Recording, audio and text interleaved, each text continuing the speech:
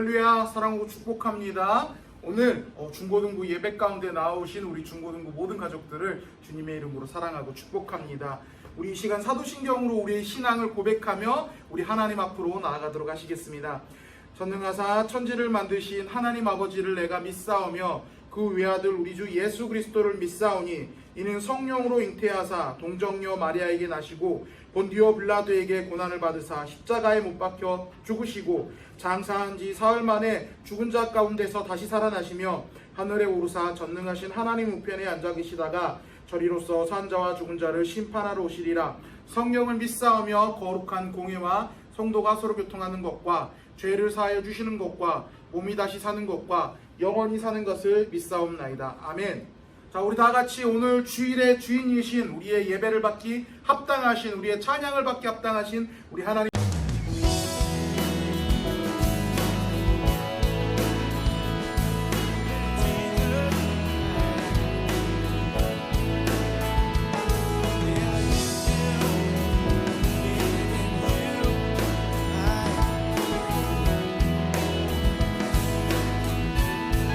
주와 같이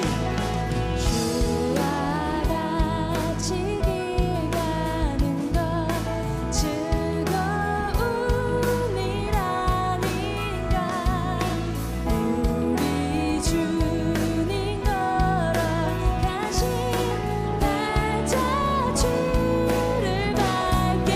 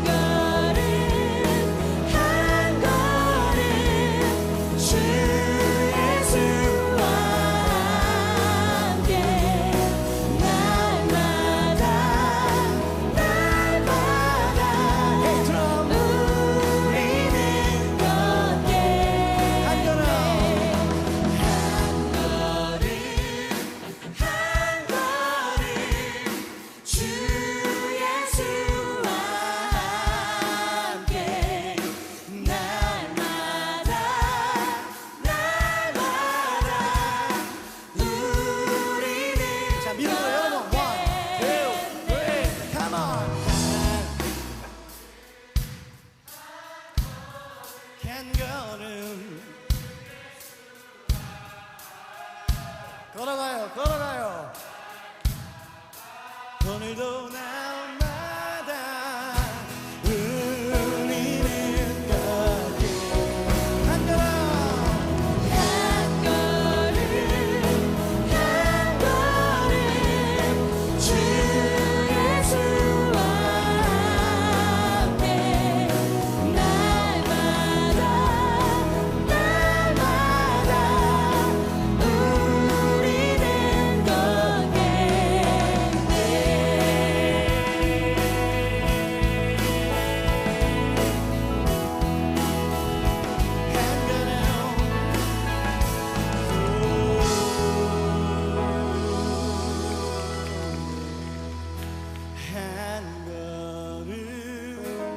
한 걸음 주 예수와 함께 날마다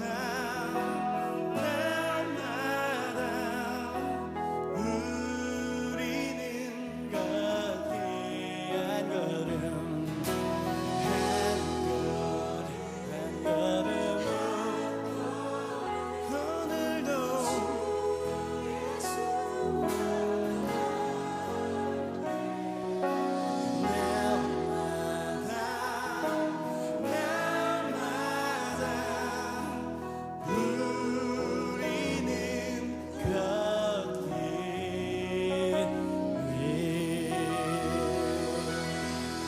오늘도 한 걸음씩 주님께 나아갑니다. 예수의 보혈을 의지하며 한 걸음 한 걸음 주님의 보좌 앞에 나아갑니다. 할렐루야.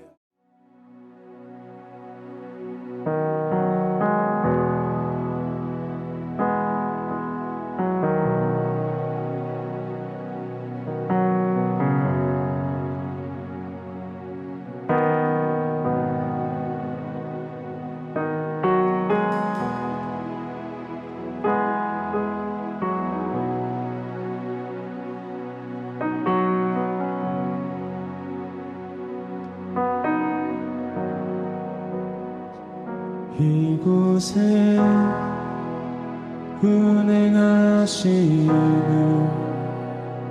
내 주님을 경배해요.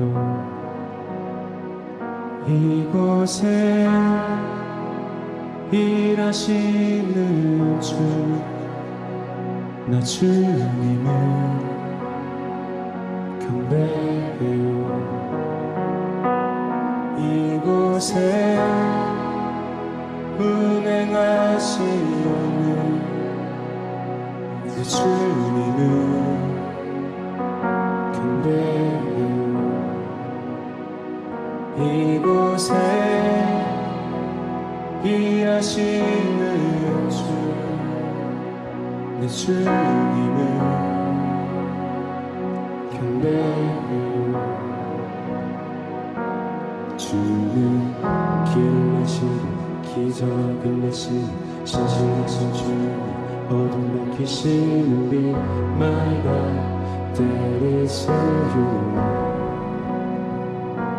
주는 길을 내시고 기적을 내시고 신실하신 주님 어둠 밝히시는 빛 My God that is you. 우리 맘을 만지시는 주 내 주님을 경배해요.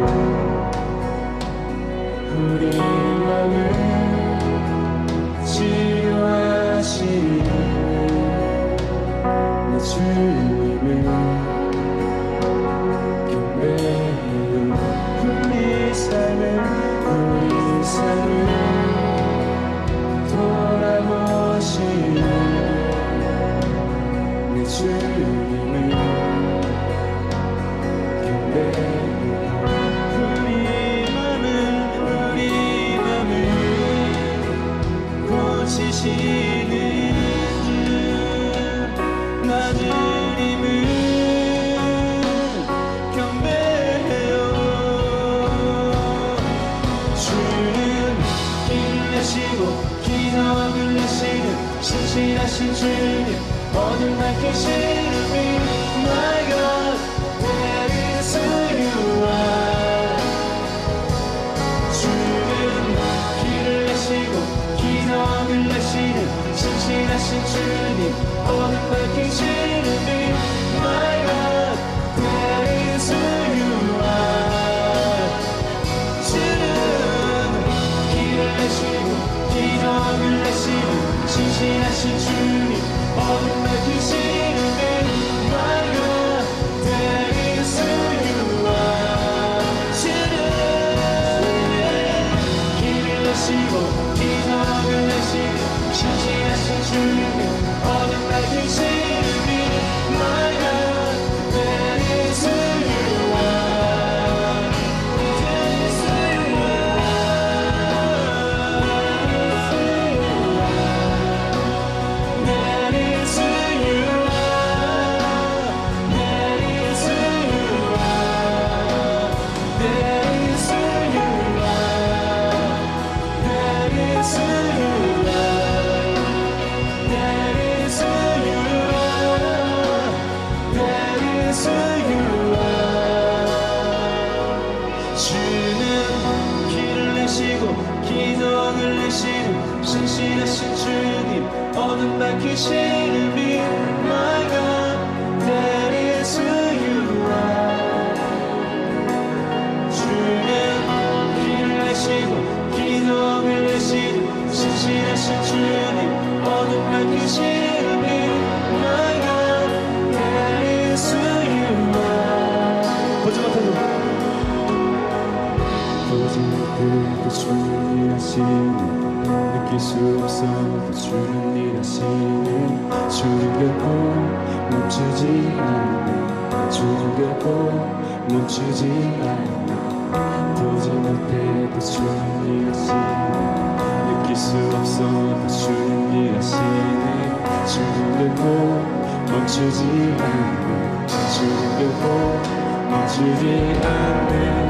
보지 못해도 주는 일하시네 느낄 수 없어도 주는 일하시네 주는 결코 멈추지 않네 주는 결코 멈추지 않네 보지 못해도 주는 일하시네 느낄 수 없어도 주는 일하시네 주는 결코 멈추지 않네 주는 결코 멈추지 않네 길을 내시고 기도를 내시는 신실하신 주님 어둠 밝히시는 비 My God that is who you are 주는 길을 내시고 기도를 내시는 신실하신 주님 어둠 밝히시는 비 My God that is who you are that is who you are that is who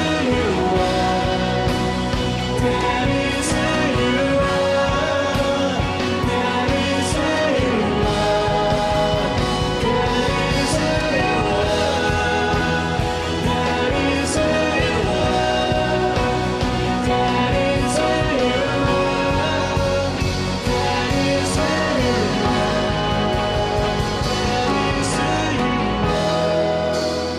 that is who you are that is who you are that is who you are that is who you are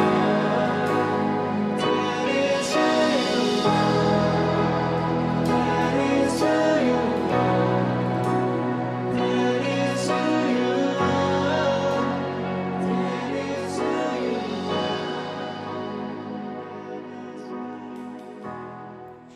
사랑의 하나님 감사합니다. 한 주 동안 우리 친구들 지켜주셔서 주님을 예배할 수 있도록 허락해 주심을 감사합니다. 이 시간 주님을 찬양하고 예배함이 우리 친구들의 마음에 기쁨이 될 수 있도록 도와주시옵소서. 어려운 환난 중에도 주님을 찾게 하시고 환난 가운데 주님을 찾는 것이 우리의 소망이 되게 도와주시옵소서. 한 번도 걸어보지 못한 일상을 보내고 있는 우리 친구들과 함께 하셔서 지치지 않게 하시고 성령님의 도우심으로 새 힘과 능력을 얻어 이 어려움들을 잘 이겨내고 지혜롭게 헤쳐나갈 수 있도록 도와주시옵소서. 세상이 참 악하고 무섭고 어려움이 많은 때입니다. 우리 친구들이 세상의 쾌락을 쫓지 않게 하시고 하나님이 주시는 것과 사탄이 주는 것을 잘 분별할 수 있는 영적인 능력을 가질 수 있도록 날마다 깨어 기도하게 하시고 말씀을 알아가기에 날마다 힘쓰게 도와주시옵소서.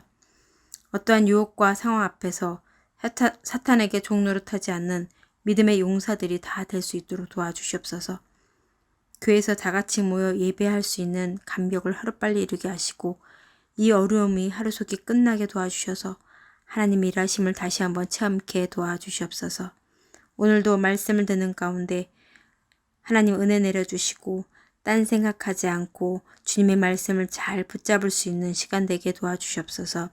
감사하며 우리를 죄에서 구원해 주신 예수님의 이름으로 기도드렸습니다. 아멘. 말씀 보겠습니다. 오늘 다 같이 볼 말씀은 창세기 37장 3절부터 5절 말씀입니다. 구약 성경 56페이지에 있고요. 여러분들 온라인 예배로 드리고 있기 때문에 자막이 나가지만 그럼에도 불구하고 여러분들 성경책을 찾아가지고 오셔서 일시정지 잠깐 누르시고 성경책을 찾아가지고 오셔서 다 같이 펴고 이 시간 예배 드리는 시간이 되기를 소망합니다.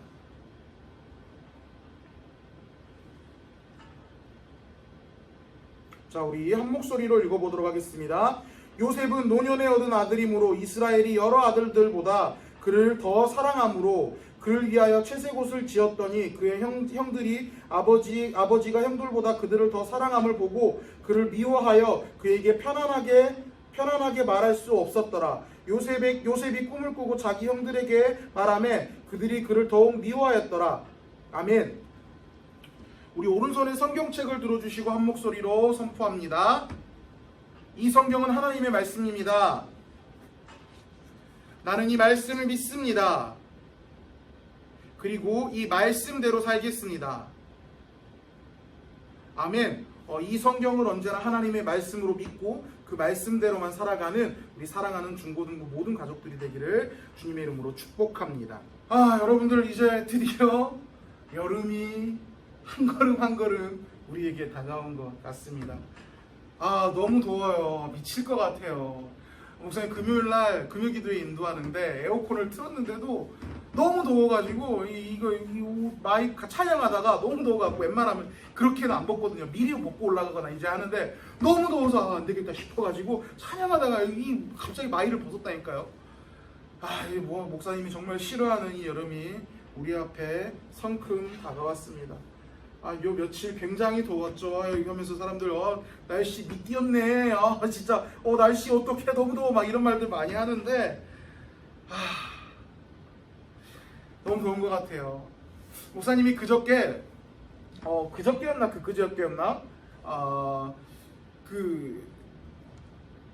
밖에 잠깐 일이 있어서 나오는데 그날도 집에서 딱 나오니까 햇볕이 쫙 하니까 이거 너무 더운 거예요. 그래갖고 더워하면서 이 하늘에 있는 태양을 딱 봤습니다.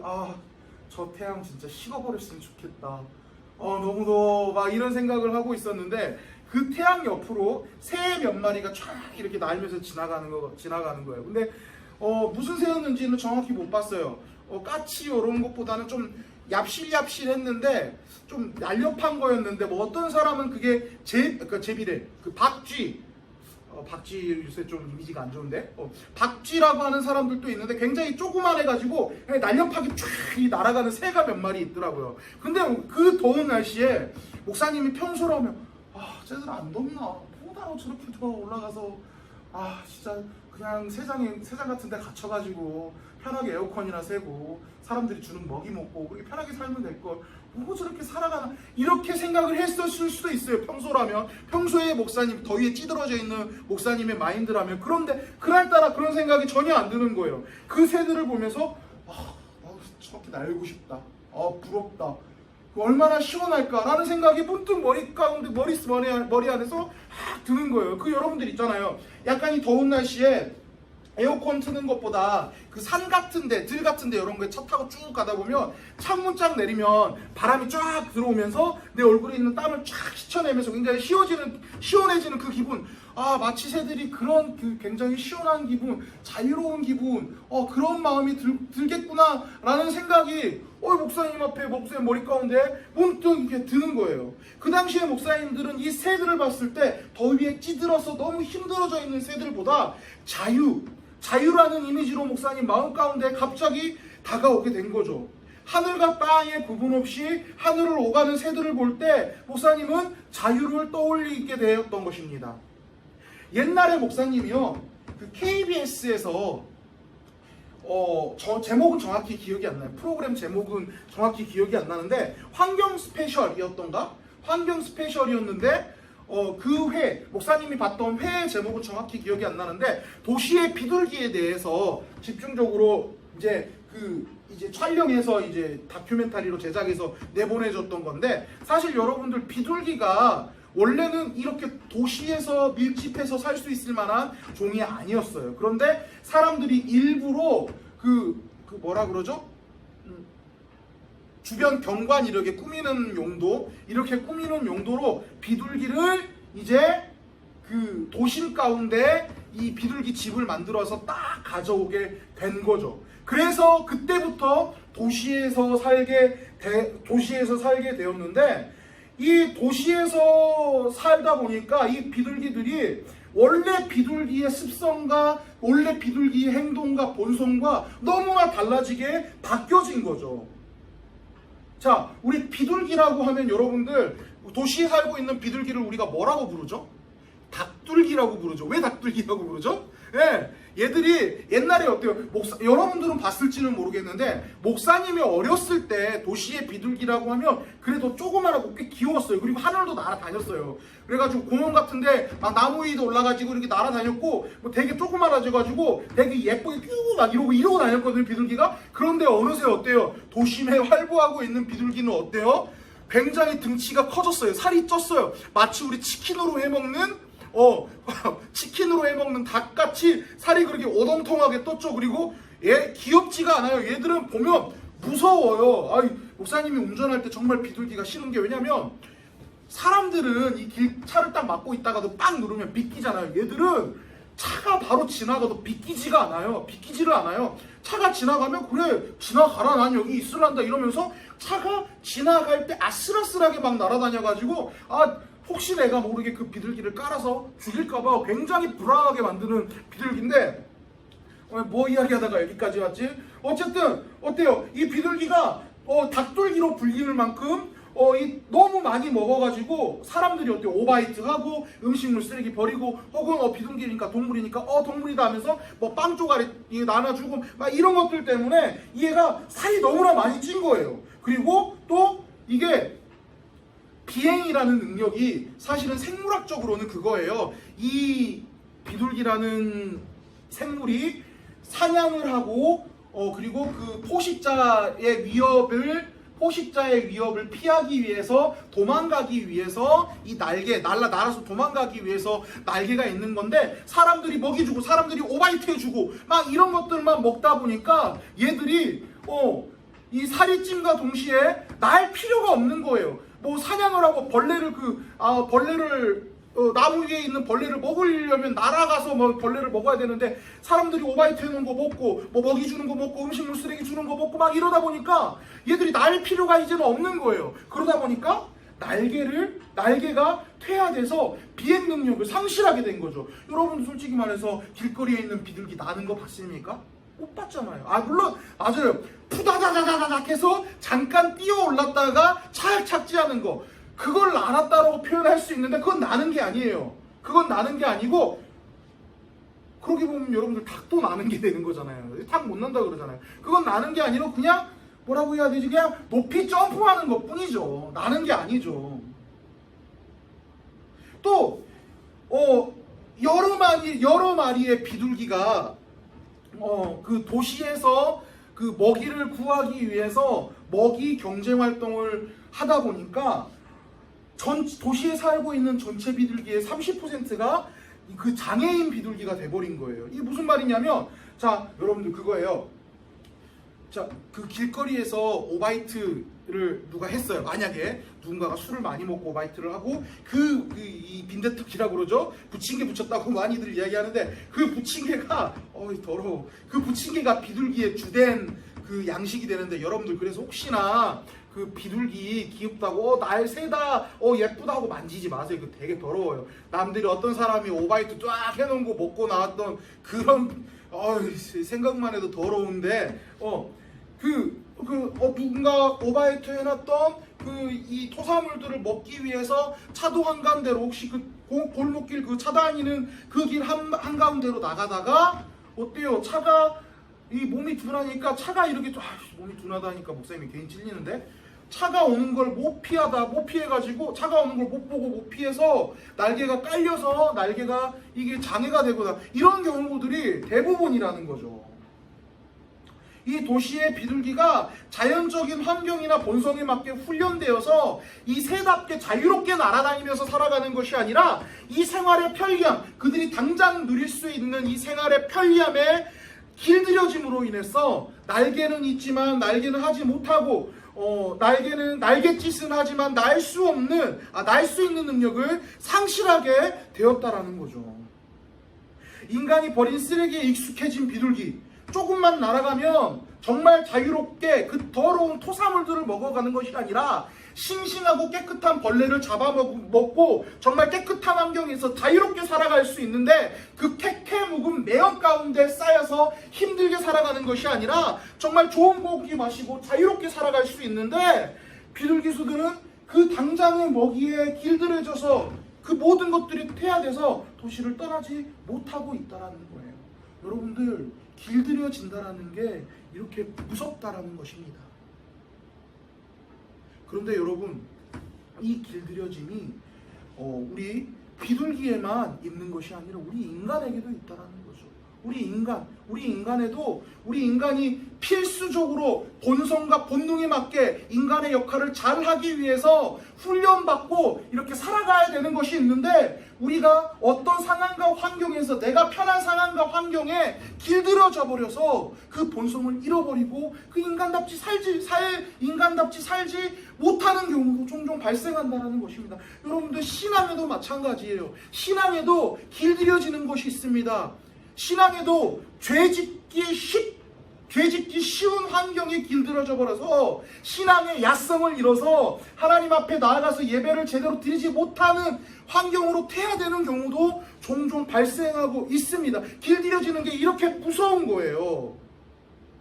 그런데 오늘 본문 말씀에는 환경과 상황에 길들여지지 않고 그 야성을 회복함으로써 훈련함으로써 그 야성을 회복했던 한 성경 인물이 나옵니다. 오늘 본문 말씀은 요셉이라는 인물에 집중하고 있는데 우리 요셉이 어떤 상황이었는지 창세기 37장 3절 말씀 한번 다 같이 읽어보도록 하겠습니다. 시작. 요셉은 노년에 얻은 아들이므로 이스라엘이 여러 아들보다 그를 깊이 사랑하여 위하여 채색 옷을 지었더니 아멘.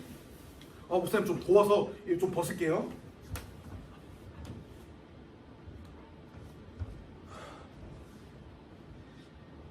자, 이 요셉의 아버지가 야곱이라는 구약 성경 시대 때 인물인데 이 야곱이라는 성경 인물이 부인이 2명이 있었습니다. 부인이 2명이 있었는데 가장 사랑하는 여인, 그 야곱이라는 인물이 가장 사랑하는 여인과 낳은 아들이 바로 요셉입니다. 근데 그 가장 사랑하는 여인과 낳은 아들이라는 이유로 이 요셉이라는 인물을 너무나 편애했던 거예요. 자, 오늘 본문 말씀에서 이 요셉에게 채색 옷을 입혔다고 이야기를 하고 있죠. 채색 옷을 입혔다라고 이야기를 하는데 이 채색 옷이라는 게 굉장히 큰 의미를 가지고 있어요. 그냥 요즘처럼 목사님이 좋아하는 명품 브랜드가 몇 가지 있어요. 구찌랑 말하면 안 하는데 구찌랑 몇 가지 브랜드가 있는데 사고 싶은데 돈이 없어서 못 사긴 하는데 그 브랜드가 있는데 자, 그 좋은 옷, 이 구찌 얼마 전에 누구냐 누구였지? 조진웅 씨가 영화에서 나와 있던 그 재킷 있잖아요. 그 영화 제목도 기억이 안 나는데 아무튼 그 영화 제목에서 입고 나왔었던 그 재킷 정말 이뻐 보였잖아요. 목사님도 사고 싶은데 그게 엄청 비싸대요. 못 사죠 당연히. 그냥 이쁘다라고만 하고 있는 거죠. 그 재킷이 진짜 비싼데 그렇게 좋은 옷, 비싼 옷, 멋있어 보이는 옷을 입혔다라는 단순한 의미가 아니라는 거죠. 이 채색 옷을 입힌 자에게 그 장자권을 100% 물려줄 거다, 장자권을 가진 자다라고 표시해 주는 거예요. 다시 말하면 이 채색 옷은 장자, 그 가문의 첫 번째 아들만이 입을 수 있는 옷이었는데 요셉은요 첫째 아들이 아니었어요. 첫째 아들은 루벤이라는 사람이었는데 루벤한테 12아들, 성경 뒤로 가면은 총 13아들이 되는데, 야곱의 아들이 13아들이 되는데, 그 첫째 아들 루벤에게 그 채색 옷을 입혀서 네가 장자의 권한을 가졌으니까, 네가 장자니까 장자의 권한을 가졌으니까 이 채색 옷을 입혀줄게, 이런 게 아니라 한참 아래에 있는 12번째 아들, 그 다음에 이제 베냐민이라는 13번째 아들이 이제 한참 뒤에 나오게 되는데, 한참 아래에 있는 12번째 아들에게 채색 옷을 입혀가지고, 너에게 내가 가지고 있는 모든 이 가문의 복과 축복들을 너에게 줄 거야. 네가 이 가문의 장자가 되는 거야. 네가 이 가문의 대빵 리더가 되는 거야. 이렇게 했다라는 거죠. 다시 말하면 이 채색 옷은 야곱이 가지고 있는 모든 부와 명예, 능력들을 내 아들, 내가 사랑하는 여인에게 낳은 이 요셉이란 아들, 이 요셉 너에게 다 줄 거야. 너는 더 이상 고생할 필요 없어. 너는 더 이상 고생할 필요 없고, 이 가문의 리더로서 권력을 가지고 이 가문을 통치하면서 살아갈 수 있게끔 내가 해줄게 라고 요셉에게 선언하면서 이 채색 옷을 입힌 것이라는 거죠. 다시 말하면 요셉은요 정말 편하게 살 수 있었던 상황이었습니다. 고생할 필요도 없었고요. 다른 형들은 양을 치면서 이 가문을 이끌어 나가기 위해서, 이 가문을 영위해 나가기 위해서, 이 조직을 영위해 나가기 위해서 양을 치고 노동을 하고 힘겹게 일을 하는 그런 역할을 담당했어야 되는데, 이 요셉이라는 인물은 아버지가 그 장자권을 주셨다라는 이유, 장자가 아님에도 편애해서 장자권을 주셨고 이 채색 옷을 입혀줬다라는 이유로 그 아버지의 품 안에서 정말 편하게 살아갈 수 있었다라는 겁니다. 그 편한 상황 가운데, 편한 환경 가운데 길들여져서 살아갈 수 있었다라는 거죠. 그런데 하나님께서는 그 모습을 좋아하시지 않으셨습니다. 야, 그럼 너 잘못했어. 너 그러면 안 돼. 라고 이야기하셨어요. 하나님은 좋아하시지 않으셨습니다. 그래서 요셉을 길들여짐의 자리가 아니라 힘들고 어렵고 고난 가득한 훈련의 자리로 인도하십니다. 자세한 내용은 나누지 않겠지만 37장 23절에 보면 이렇게 나와 있어요. 요셉이 형들에게 이르매 그 형들의 요셉의 옷 곧 그 입은 채색 옷을 벗기고, 아버지의 장자권을 가지고 있는 그 장자권을 뜻하는 이 채색 옷을 억지로 그 형들이 벗겼다라는 거예요. 하나님께서는 하나님의 섭리를 통하여서 요셉이 그 채색 옷 안에서 편하게 누리고 길들여져서 살 수 있는 그 일보다는 그 채색 옷을 벗기시고, 자, 이 이후의 성경 내용을 보면 이제 요셉이 노예로 팔려가게 되고요. 더 나아가서 노예에서부터 더 나아가서 죄인의 신분에 이르게 됩니다. 그래서 노예의 옷을 입히시고, 더 나아가서 종의 옷을 입히시고, 더 나아가서 죄수의 옷을 입히시게 된다라는 거죠. 하나님은 요셉을 그렇게 훈련시키셨습니다. 자, 그렇게 하나님의 훈련을 받은 이후에 요셉은 어떻게 됐습니까? 비록 채색 옷을 벗고 장자가 받을 수 있는 많은 권한, 그 복을 벗었지만, 그리고 노예의 옷을 입고 죄인의 옷을 입고 종의 옷을 입었지만, 결국은 그는 더 높은 총리의 옷을 입게 되었다라는 거죠. 요셉이 아버지 밑에서 그 채색 옷을 입고 장자의 권한을 누리면서 그 안에서 길들여져서 계속 살았다면 총리의 옷을 결국 입을 수 없었을 것입니다. 죄수의 옷을 갈아입고 죄수의 옷을 갈아입고 노예의 옷을 갈아입고 종의 옷을 갈아입었기 때문에 하나님의 훈련과 인도하심에 순종하면서 따라왔기 때문에 그가 결국은 더 높은 자리, 더 높은 자리, 더 명예로운 자리, 애굽의 총리가 될 수 있는 그런 애굽의 총리의 옷을 입을 수 있는 그 자리까지 오르게 되었었다는 것입니다. 사랑하는 우리 성읍교회 중고등부 가족 여러분, 하나님은 오늘 이 자리에서 예배드리고 있는 저와 여러분들이 하나님 앞에 온전히 훈련되어지기를 원합니다. 우리의 눈에 음란물이나 TV 등이 아닌, 우리를 재밌게 만드는 그런 예능 프로그램이 아닌 성경을 통하여서 훈련되기를 원합니다. 우리의 입이 욕이나 험담하는 자리나 불평하는 자리가 아닌 기도하는 입으로, 축복하는 입으로, 격려하는 입으로, 하나님을 찬양하는 입으로 온전히 훈련되기를 원합니다. 우리의 귀가 주의 말씀을 듣고 세상의 가치에 길들어진 우리의 강팍한 신령의 바른 울림을 전달하시기를 원하신다라는 거죠. 그래서 우리의 손과 발과 삶이 하나님의 마음을 따라 살기를 원하시는 줄 믿습니다.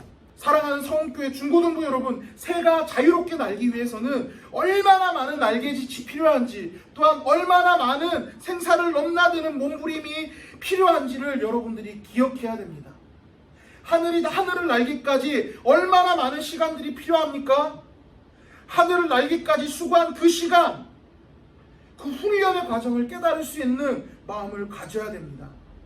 요셉이 총리라는 제국의 그 애국 열강의 넓은 창공으로 날아오르고 이스라엘 출신 역사상 최고의 총리가 될 수 있었던 것은 새들과 같은 훈련과 날갯짓이 있었기 때문에 가능해졌다라는 거죠. 요셉이 그 채색 옷을 벗은 이후에 요셉이 겪은 모든 상황은 온갖 시련뿐이었습니다. 그가 가는 곳 어디였습니까? 형들에게 배신당해서 구덩이에 빠졌었고, 또한 어때요? 또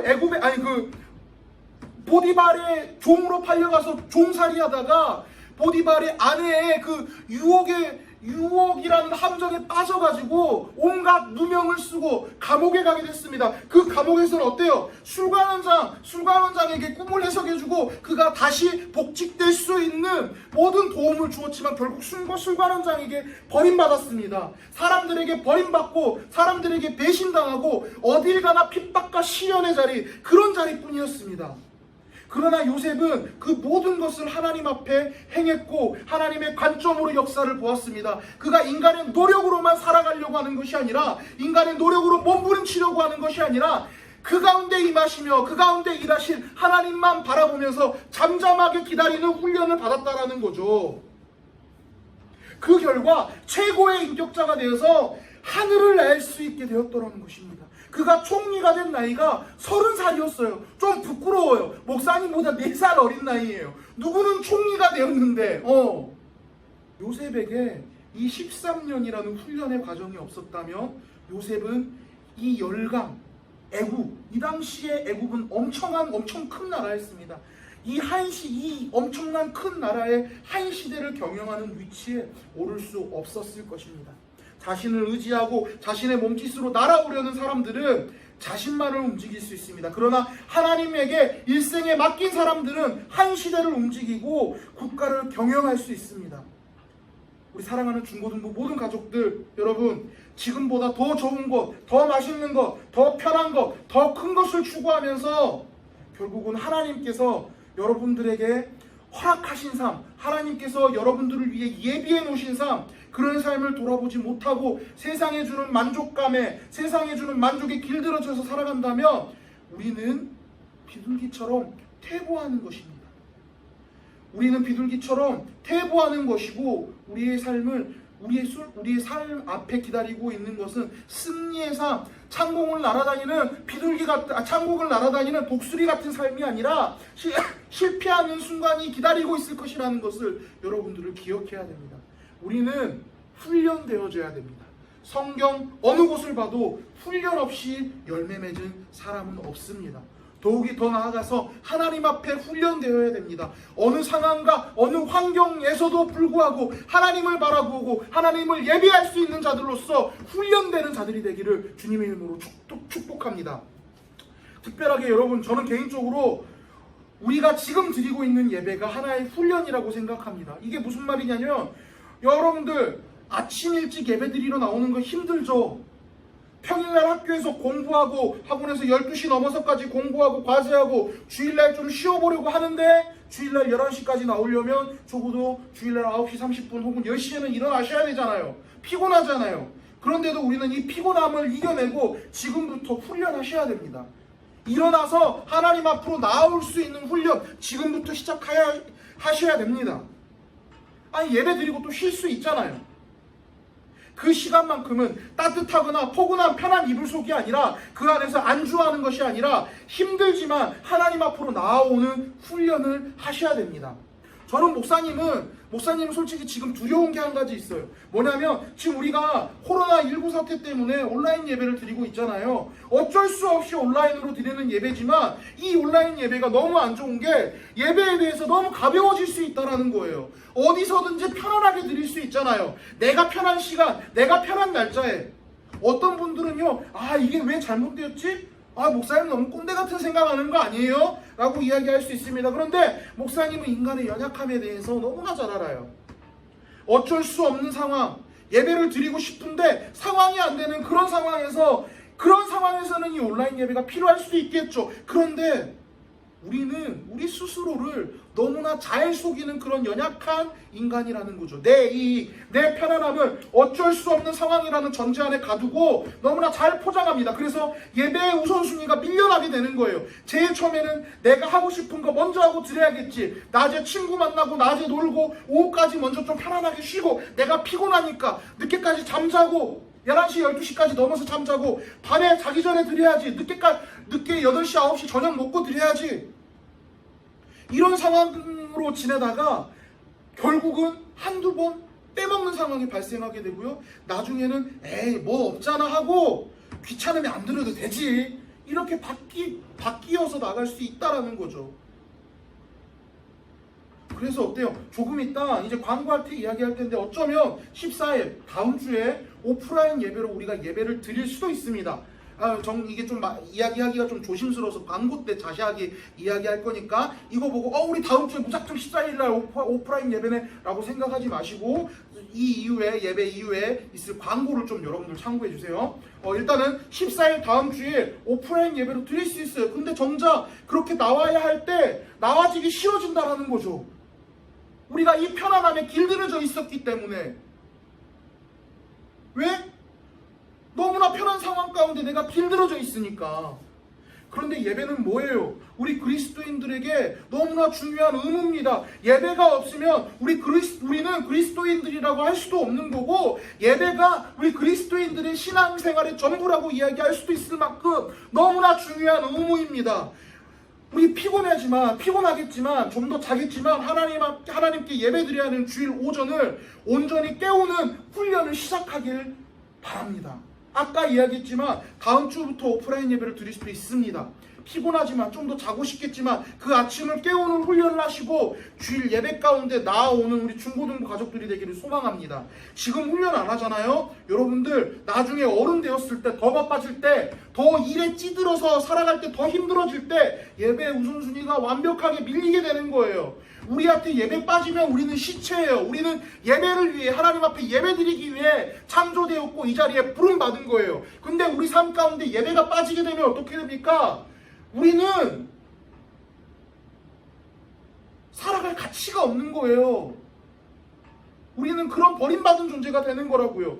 예배가 주는 축복이 너무나 큰데 그 축복을 받을 준비가 안 돼서 발로 그냥 이리 뻥 차버리는 경우나 다름이 없다라는 거죠. 또 혹시나 코로나19 사태 때문에 온라인 예배가 더욱더 길어지더라도 내가 편한 시간에 예배 드리는 것이 아니라 아침을 깨우는 우리 중고등부 예배 드리는 11시에 예배 드릴 수 있도록 준비해서 그것도 11시에 그냥 부시시하게 머리 이렇게 해가지고 나와서 눈곱 대고 예배 드려야겠다 컴퓨터 앉아야지 앉아가지고 목사님 설교하구나 이렇게 나오는 것이 아니라 예배 드리는 준비 몸과 마음을 단정하게 하고 그 시간만큼은 하나님 앞에 서서 하나님 말씀하시옵소서 내가 듣겠나이다 당신의 임재 앞에 내 마음의 모든 무릎을 꿇고 당신 앞에 나아가겠나이다 라고 준비해서 하나님께 예배 드리는 우리는 훈련을 해서 오프라인 예배 드릴 때 아무 지장 없이 하나님 앞에 나올 수 있는 우리 중고등부 모든 가족들이 되기를 소망합니다. 꿈이 있는 사람들은 훈련받습니다. 여러분이 교회에 타이로 왔던 자이로 왔던 큰 틀 안에서는 하나님께서 여러분들을 사랑하신다는 증거를 주셨다라는 것을 여러분들을 믿으시길 바랍니다. 왜냐하면 하나님은 아무나 훈련시키지 않으시기 때문입니다. 하나님은 사랑하시는 자만을 훈련시키십니다. 우리가 살아가는 세상에서는 몸의 훈련으로 몸짱을, 그리고 배움의 훈련으로 1등을, 싸움의 훈련으로 부와 명예만을 이야기하지만 오늘 여러분들이 앉아있는 이 자리는 이 시대와 역사를 다스리는 하나님의 말씀을 배우고 즐거움으로 훈련하고 감사함으로 훈련하고 자발적으로 훈련하여 이 시대에 크게 하나님의 기쁨과 이웃의 기쁨으로 쓰임받는 요셉으로 다니엘의 모세로 세워지는 우리 사랑하는 중고등부 모든 가족들이 되기를 주님의 이름으로 축복합니다. 기도하겠습니다. 사랑의 하나님 아버지 감사합니다. 이 시간 이 자리 가운데 불러주신 은혜에 너무나 감사드립니다. 주님, 바라옵건대 우리가 우리 일상생활 가운데 편해짐의 자리에 나아가기보다는 그 안에 길들여져서 살아가기보다는 주님 더욱더 훈련의 자리에 나올 수 있는 자리가 될 수 있도록 허락하여 주시옵소서. 하나님께서 내 삶을 반짝반짝 빛내주시기 위하여 나를 훈련의 자리에 이끌어 주셨을 때 그 이끌림에 순종하며 하나님만을 바라보며 나아가는 자들이 될 수 있도록 허락하여 주시옵소서. 주님, 바라옵건대 예배의 자리에 나오는 훈련을 하는 자들이 되기를 소망합니다. 주님, 코로나19 사태 때문에 온라인 예배로 드려지는 이 상황 가운데 우리의 예배 습관이 정말 우리의 편한 자리, 우리의 길들여져 버리는 자리, 그 자리로 우리가 나아갈까봐 너무나 두렵습니다. 주님, 바라옵건대 우리를 훈련의 자리로 이끌어 주시고 우리가 하나님을 예배하는 자리 가운데 아버지 피곤하지만 힘들지만 하나님을 예배하면서 살아가는 일생을 살아가야 된다는, 그리고 지금 이 시대 이 시기 가운데 우리가 하나님을 예배하는 자리로 나아가는 훈련을 해야 된다는 마음을 가지고 피곤하지만 그 자리 가운데 담대하게 나아가는 자들이 될 수 있도록 허락하여 주시옵소서. 그렇게 예배하는 것이 하나님 편에서 귀한 축복임을 우리가 믿습니다. 우리가 그렇게 예배했을 때 하나님께서 우리에게 한량없는 복들을 허락해 주실 것을 믿습니다. 그 마음 가지고 힘들지만 피곤하지만 그 예배의 자리를 사모하며 훈련의 자리로 나올 수 있는 우리 사랑하는 중고등부 모든 가족들이 될 수 있도록 주님께서 인도하여 주시옵소서. 우리를 구원하여 주신 예수 그리스도 이름으로 기도드립니다. 아멘.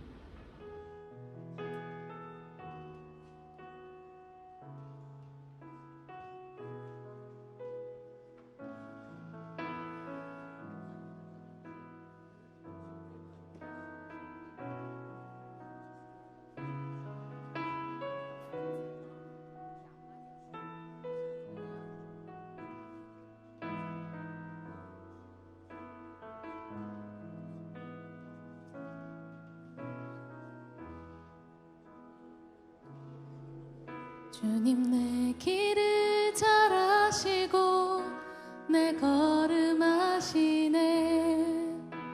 어둠에서 빛을 내시는 그분을 믿네. 무엇으로 주를 섬길지 헤매이는 나를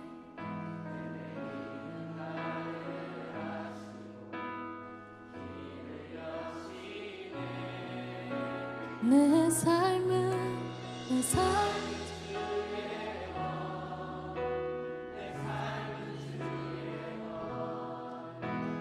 온전하실래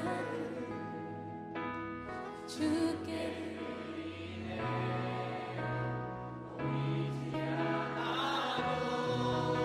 믿음으로 걷네. 주 영광 바라보며 주만 따르네.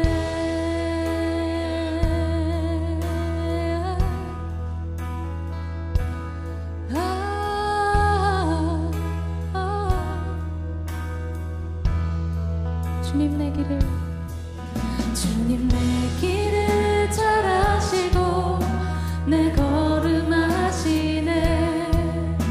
어둠에서 빛을 내시는 그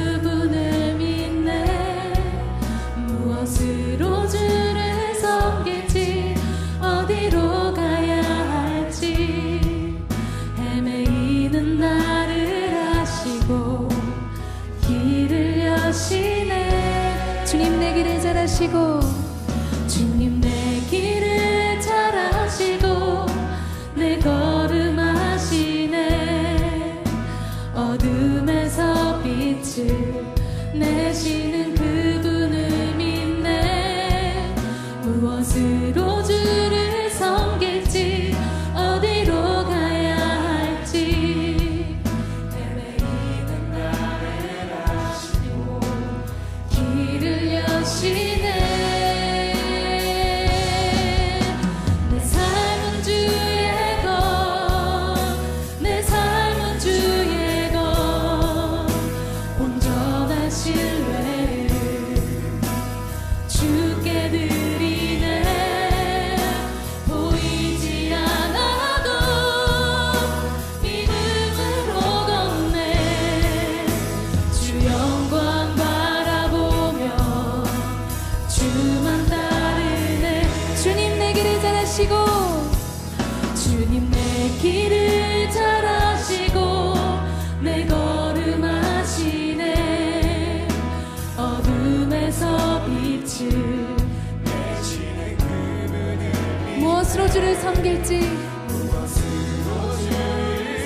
어디로 가야 할지 몰라도 헤매이는 우리를 보시고 길을 여시는 주님 길을 여시네 내 삶은 주의 것내 삶은 주의 것 온전한 신뢰를 주께 드리네 보이지 않아도 믿음으로 걷네 주 영광 바라보며 주만 따른 내 삶은 주의 것내 삶은 주의 것 온전한 신뢰를 주께 드리네 보이지 않아도 믿음으로 걷네 주 영광 바라보며 주만 따르네 좁은 길을 따르라 좁은 길을 따르라 승리의 주 영원한 생명 되시네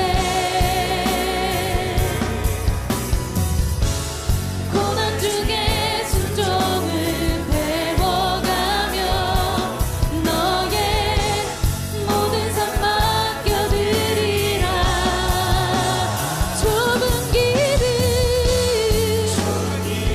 따르라 승리의 주 영원한 생명 되시네 고난 중에 순종을 배워가며 고난 중에 순종을 배워가며 너의 모든 삶 맡겨드리라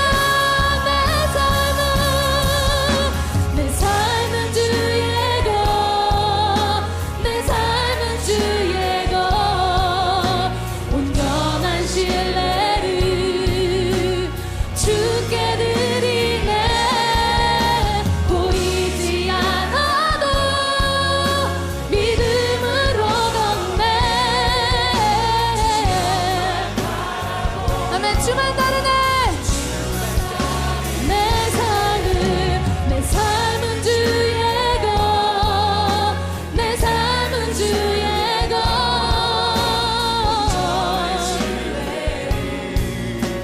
주께 드리네 보이지 않아도 믿음으로 걷네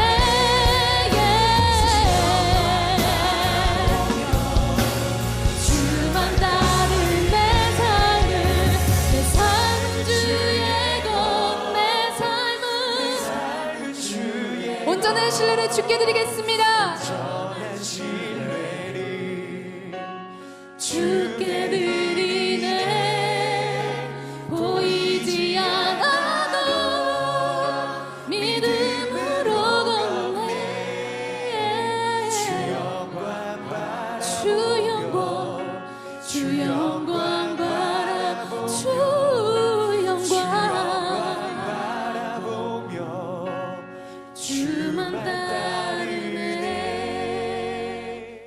광고 하나 하겠습니다. 아까 설교 때 이야기를 했죠, 목사님이.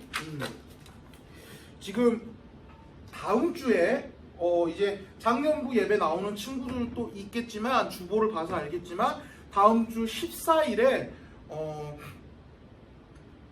중고등부, 그러니까 교육부서, 그러니까 중고등부, 유초등부, 유치부 이런 교육부서들 예배를 오프라인으로 다시 재개하려고 합니다.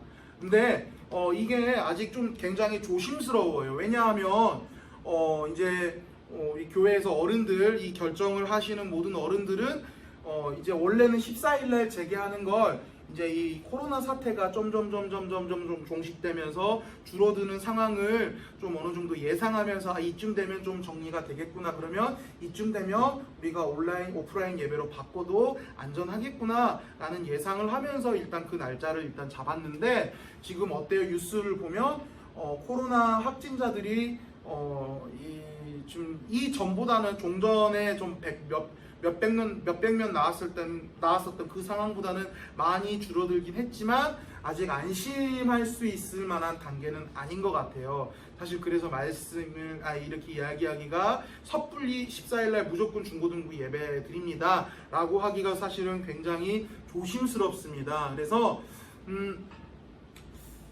그래서 일단은 여러분들 14일날 중고등부 예배가 오프라인 예배로 드려질 수 있다라는 가능성을 여러분들 일단은 가능성이 있다라는 것들을 알아주시고요. 상황에 따라서는 우리는 14일날 오프라인 예배로 드릴 거라는 이 목표를 가지고 기도하면서 상황을 보고 있지만, 상황이 너무 안 좋아지면 여러분들이 이 자리에 나와서 예배 드리는 상황이 정말 위험한 상황이 되는 거라면 상황이 좀 바뀔 수도 있다라는 것들을 염두에 두시고요. 그렇게 상황이 바뀐다면 선생님들을 통해서 아니면 목사님이 주중에 이제 이렇게 전화를 하잖아요. 이렇게 전화할 때 다음 주 14일날 오프라인 예배 못 드릴 거다라고 이야기를 해줄 거예요. 그러니까 좀 이제 무작정 다음 주에 14일날 중고등부 예배네. 그럼 무조건 가야지. 가서 끝나보지. 이렇게 하기보다는 좀 여러분들 코로나 확진자 추이를 같이 보면서 주님 우리 오프라인 예배 드리고 싶습니다 라고 이제 같이 기도하면서 오프라인 예배 드리게 해주세요. 확진자가 더 나오지 않아서 안전한 상황 가운데 예배 드리게 해주세요 라고 이제 우리 다 같이 기도하면서 좀 상황을 좀 지켜보고 우리 선생님들의 연락을 좀 기다리는 한 주가 되었으면 좋겠습니다. 기도하겠습니다. 지금은 우리 구주 예수 그리스도의 은혜와 하나님 아버지의 크신 사랑과 성령 하나님의 교통하심과 인도하심이 요셉처럼 편한 상황 가운데 길들어져서 살아가는 것이 아니라 하나님의 훈련 가운데 순종하며 그 상황 가운데 일하시는 하나님을 담담하게 기다리며 하나님 앞에 훈련받기로 다짐하는 지금 여기 앉아있는 모든 자들의 머리 위에 지금으로부터 영원토록 함께 있을지어다. 아멘.